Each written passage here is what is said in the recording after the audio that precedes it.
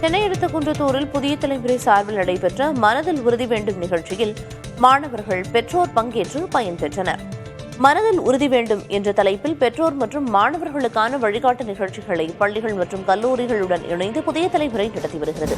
காஞ்சிபுரம் மாவட்டம் குன்றத்தூரில் உள்ள little flower பள்ளியில் தாளாளர் ஜான் சேவியர் தங்கராஜ் தலைமையில் நடைபெற்ற நிகழ்ச்சியில் லிட்டில் பிளவர் கல்வி குழும தலைவர் ஸ்டெலா மேரி, புதிய தலைமுறையின் அரசியல் பிரிவு ஆசிரியர் கார்த்திகேயன் உள்ளிட்டோர் பங்கேற்றனர். மாணவர்கள் எதிர்கொள்ளும் சவால்கள் குறித்தும் அதனை எதிர்கொள்வது குறித்தும் எடுத்துரைக்கப்பட்டது. இந்த நிகழ்ச்சி பயனுள்ளதாக இருந்ததாக மாணவர்கள் தெரிவித்தனர்.